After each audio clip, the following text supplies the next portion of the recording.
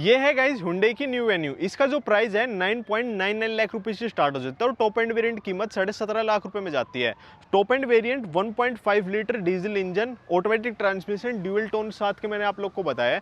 पहले इस गाड़ी के अंदर में डीजल में ऑटोमेटिक नहीं आता था, बट अब आप लोग को डीजल में ऑटोमेटिक मिल जाता है। अगर आप डीजल में मैनुअल से ऑटोमेटिक की तरफ में जाते हैं तो 90,000 रुपये का प्राइस डिफरेंस देना पड़ता है।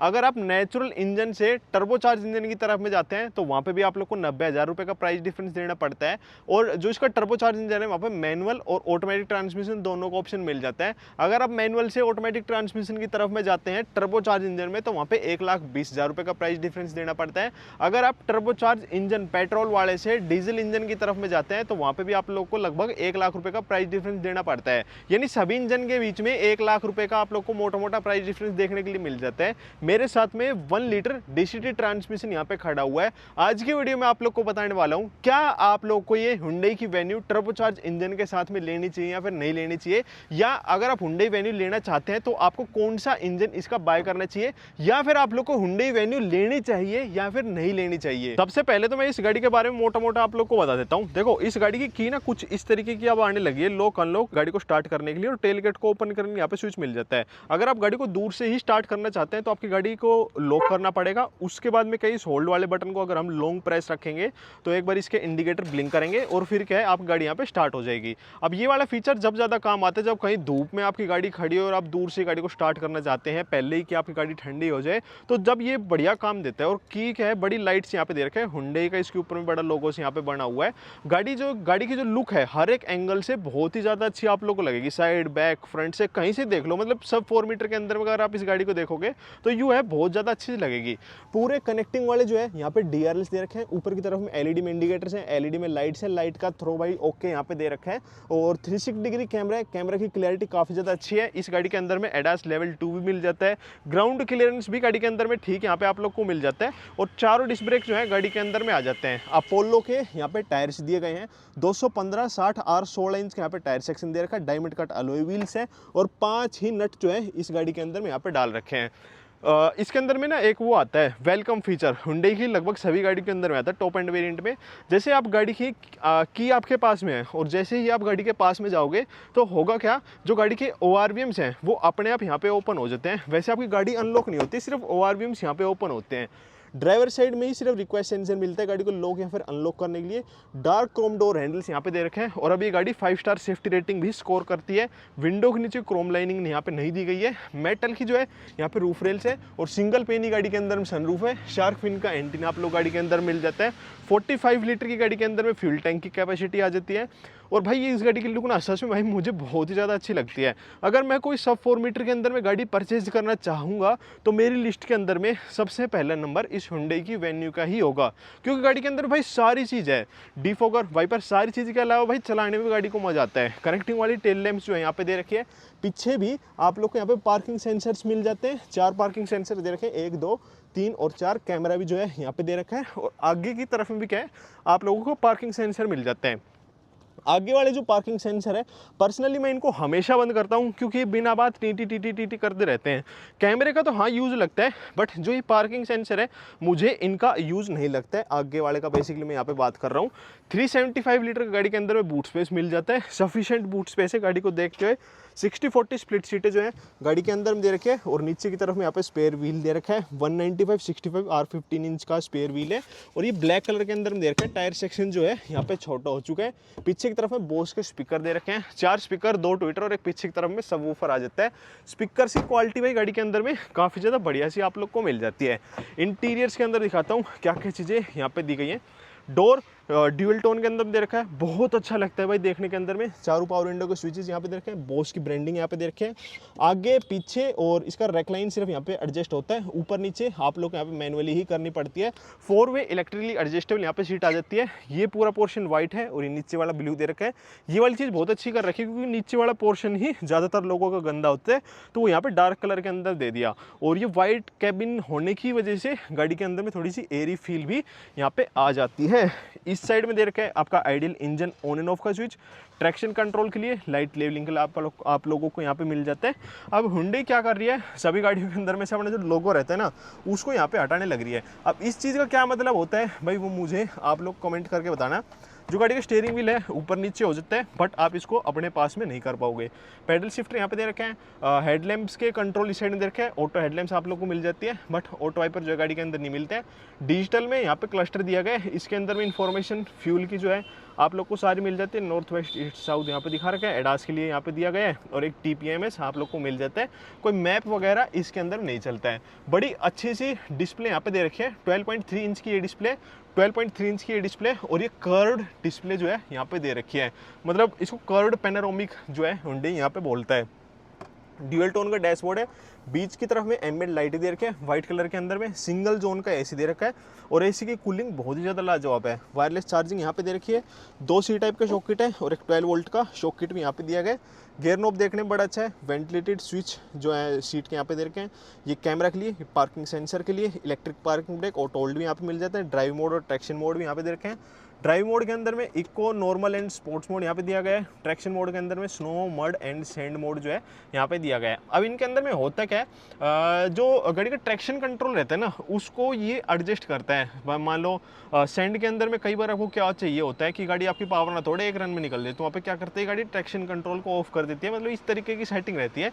ऐसे नहीं होता कि ट्रैक्शन मोड डालने से आप लोगों की गाड़ी 4x4 के अंदर डल जाती है। सिर्फ पावर को और ट्रैक्शन कंट्रोल को मैनेज करके वहाँ पे जो है ये गाड़ियाँ खेलती हैं।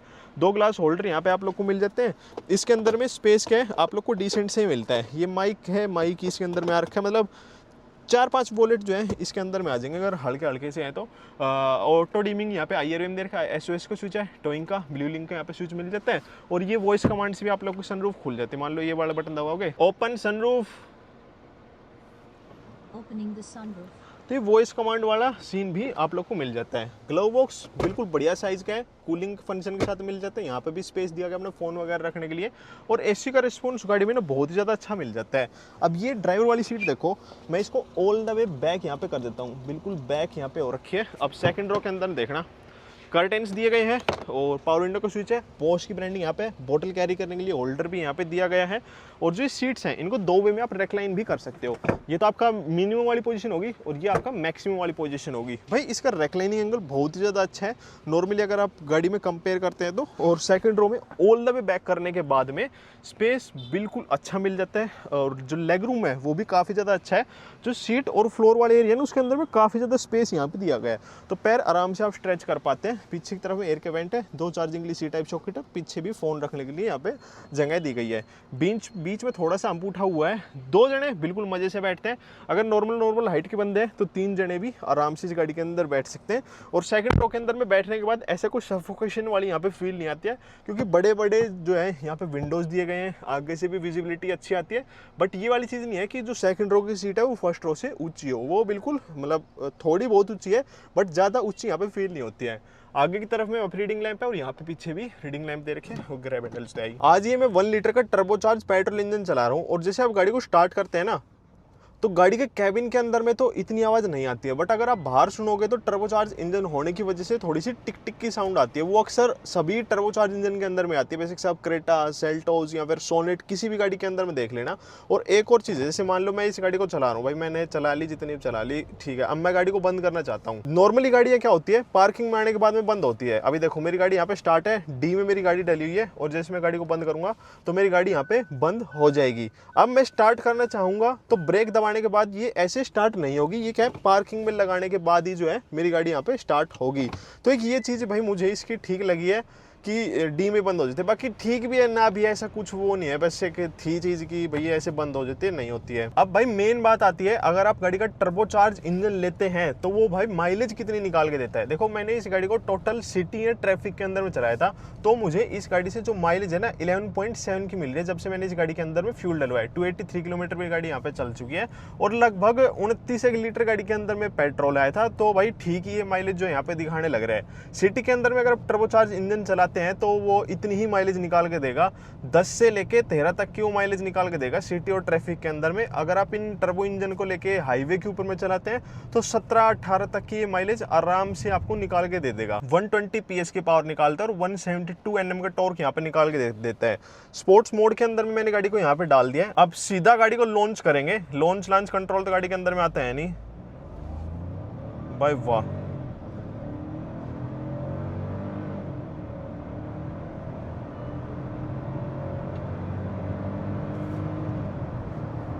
मतलब लगभग 4800 से 5000 आरपीएम तक में इसकी हाई रेव जाती है और उसके बाद में क्या है गाड़ी गियर चेंज कर देती है। और जैसे अगर आप नॉर्मली कोई भी गाड़ी उठाते हैं जैसे एएमटी ट्रांसमिशन या टॉर्क कन्वर्टर वाली इतनी हाई रेव पे करके उठाते हैं तो उनके अंदर में गियर चेंज होते हैं तो पता चलता है। बट इस गाड़ी के अंदर में जब गियर चेंज हो रहे हैं इतनी हाई रेव पे जाने के बाद में तो ऐसा भाई पता नहीं चल रहा है, बिल्कुल एकदम एकदम बढ़िया तरीके से जो है गाड़ी उठने लग रही है। ऊपर से गाड़ी के अंदर में पैडल शिफ्टर मिल जाते हैं और पैडल शिफ्टर भाई मैंने तो जितनी भी गाड़ियां चलाई है ना आज तक कोई यूज में लिए नहीं है, और जो भी यार दोस्त मेरे गाड़ी चलाते हैं पैडल शिफ्टर वाली उनके भी कोई यूज में आता है नहीं। बस सिर्फ मुझे ये लगता है कि गाड़ी को अगर कहीं पहाड़ वहाड़ पे लेके जा रहे हैं तो गाड़ी गियर चेंज कर रही है तो वहां पर हो सकता है कि थोड़ा बहुत यूज में आ जाए। साइड विंडो से ORVM में से गाड़ी में बिल्कुल अच्छा व्यू आता है, यहाँ से कोई भी कमी नहीं है, अच्छी विजिबिलिटी है गाड़ी के अंदर में। जैसे ये स्क्रीन हो गई या फिर ये टच स्क्रीन हो गई इनके अंदर में से भी बिल्कुल अच्छा व्यू आता है। स्टीयरिंग का फीडबैक भी बहुत ज़्यादा अच्छा है, हुंडई की गाड़ी है किया की गाड़ी हुई सभी के अंदर में स्टीयरिंग का फीडबैक बहुत अच्छा है, बिल्कुल लाइट से जो है यहाँ पे स्टीयरिंग व्हील मिल जाता है। अगर आप गाड़ी के स्पोर्ट्स मोड से हटा के इसको इको या फिर नॉर्मल मोड के अंदर में डालते हैं तो भाई गाड़ी में बिल्कुल पावर का पता चलता है कि हाँ भाई सच में ही पावर कम हो गई है। और जैसे धूप के अंदर में यहाँ पर कोई भी ग्लेयर मुझे फील नहीं होती है। एक और चीज़ गाड़ी के बारे में बहुत ज़्यादा अच्छी मुझे लगी है वो है गाड़ी का AC। अगर गाड़ी पूरी बिल्कुल कड़कती धूप में भी खड़ी है ना 2-4 घंटे खड़ी कर दी और गाड़ी बिल्कुल गर्म हो गई तो गाड़ी का AC मैक्स पे करके चला दो 5-1 मिनट के अंदर में गाड़ी एकदम चिल्ड मार देती है। बहुत तगड़ा AC है भाई इस गाड़ी का। जिनके पास में वेन्यू होगी उनको पता होगा कि भाई AC रिस्पॉन्स बहुत ज़्यादा अच्छा है।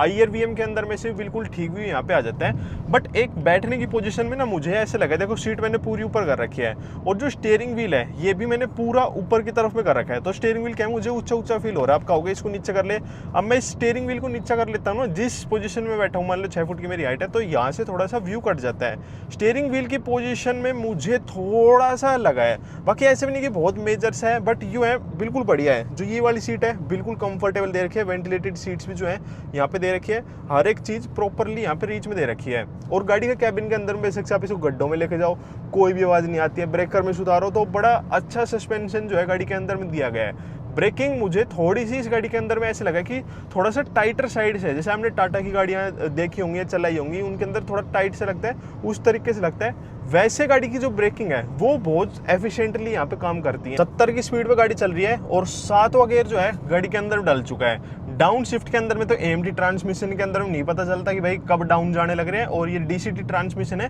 इसके अंदर में तो खैर पता चलने वाला है नहीं।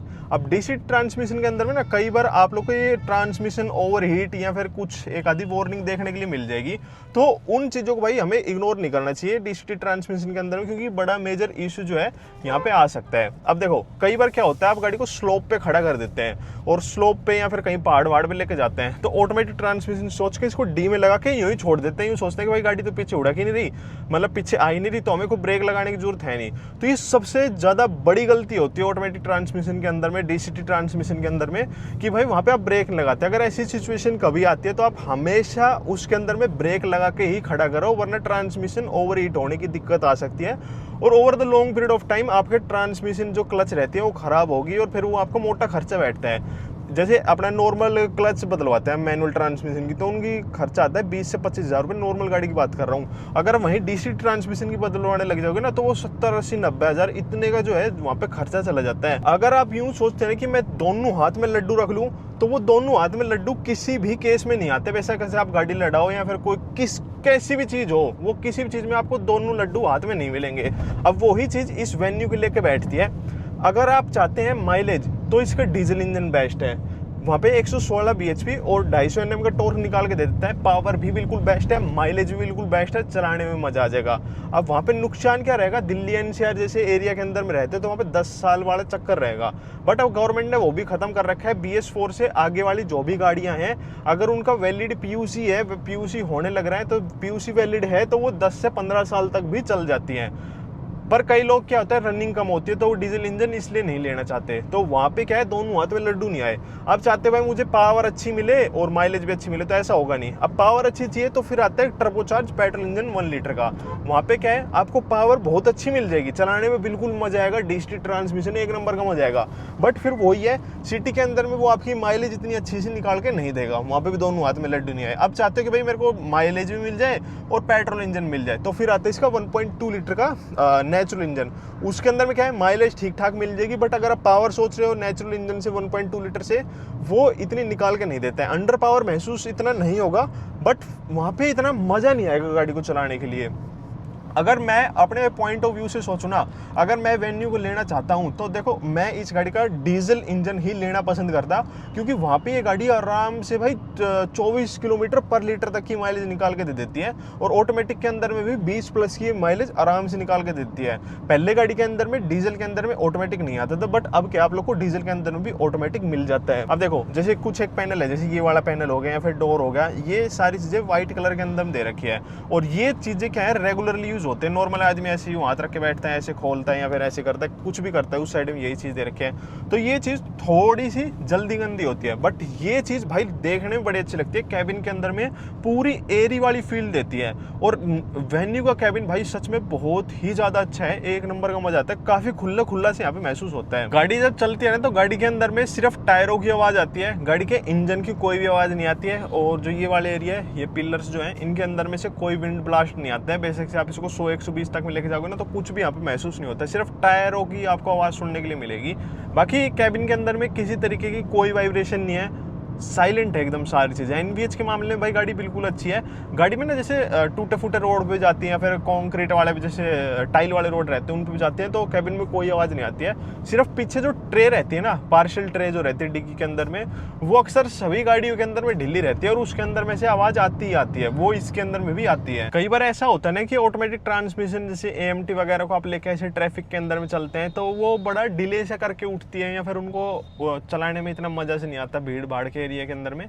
वो वाली चीज़ इस डीसी ट्रांसमिशन और इस वेन्यू के अंदर में नहीं है, बड़ी प्यार से उठती है। जैसे बम्पर टू बम्पर ट्रैफिक में है ना, तो कई बार क्या होता है आपकी पैज हो जाती है साइड वाले से कि साले मैं ही लगूंगा या तू ही लगेगा, तो उस वाले केस के अंदर में भी क्या है, गाड़ी जैसे आप एक्सेलरेशन टैप करोगे एकदम चलती है, फिर रोकोगे फिर एकदम से एक्सेलरेशन टैप करोगे तो वो एकदम चलती है।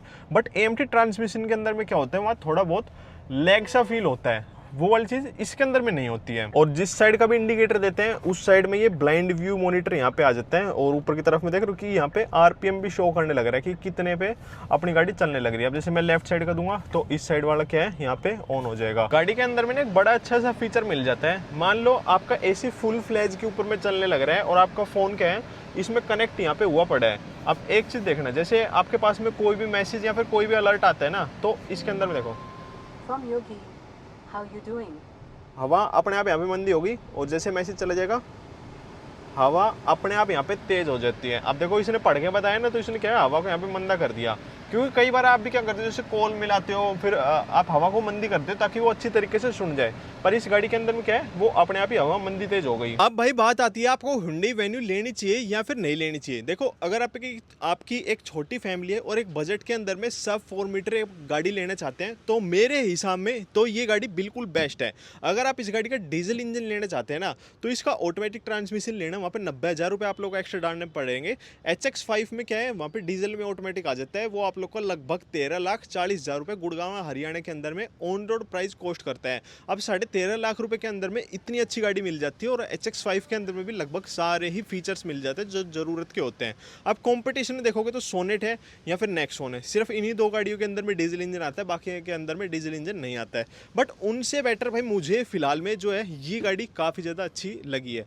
और टर्बो इंजन का मैंने बता दिया, वहाँ पे माइलेज का इशू आप लोग को आ सकता है, बट वहाँ पे पावर काफ़ी ज़्यादा मिल जाएगी। और 1.2 लीटर का बता दिया कि वो नेचुरल इंजन है, तो वहाँ पे पावर की आपको थोड़ी बहुत कमी महसूस हो सकती है, बट वहाँ पे माइलेज आप लोग काफ़ी ज़्यादा अच्छी मिल जाएगी। ओवरऑल एक कंप्लीट सा पैकेज जो मुझे मेरे हिसाब में लगता है वो इसका डीजल इंजन है। देखो डीजल तो डीजल है ही, बाकी पेट्रोल भी लेते हैं तो उसके अंदर भी कोई भी बुराई आप लोग को नहीं लगेगी। कैसी लगी वीडियो नीचे कमेंट करके जरूर बताना। जय श्री राम, जय बजरंगबली।